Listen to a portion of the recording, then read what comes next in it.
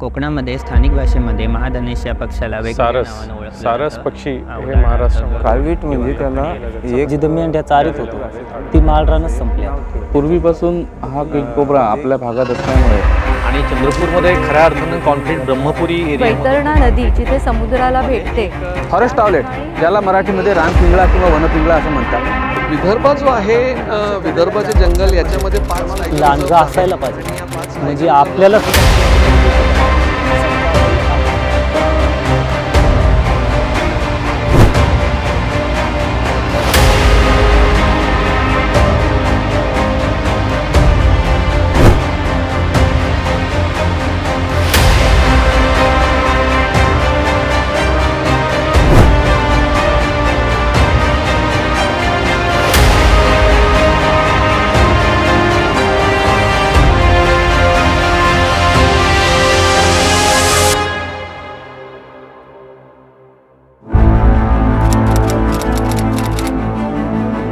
वर्ष घर जुनं आहे आमचं. ही वाघळं साधारण मी माझ्या लहानपणापासून बघतो. अशी हकलवायचा असा काय प्रयत्न केला नाही कधी.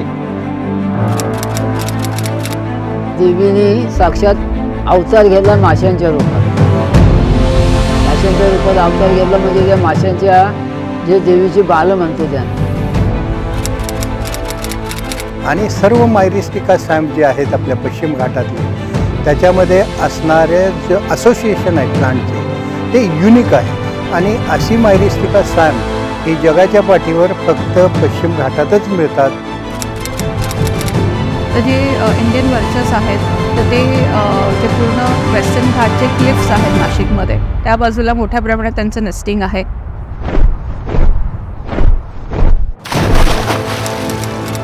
डॉल्फिन्स पाण्यात राहत असले तरी ते मासे नव्हे, ते आपल्यासारखे सस्तन प्राणी आहेत म्हणजे मॅमल्स आहेत. आणि मॅमल्स असल्यामुळे ते अंडी घालत नाहीत, ते जिवंत पिलांना जन्म देतात.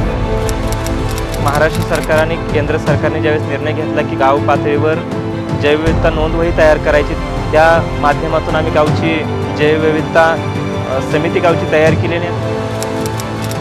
आणि चंद्रपूरमध्ये खऱ्या अर्थानं कॉन्क्रीट ब्रह्मपुरी एरियामधून 2007 नंतर सुरू झाला.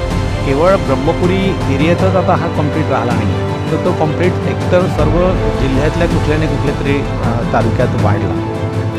कासवाचं ते नेस्टिंग सीझन आहे ते आता शिफ्ट झालेलं आहे आणि ते हिवाळ्यापासून त्याला उन्हाळ्यात जास्त घरटी सापडली जातात.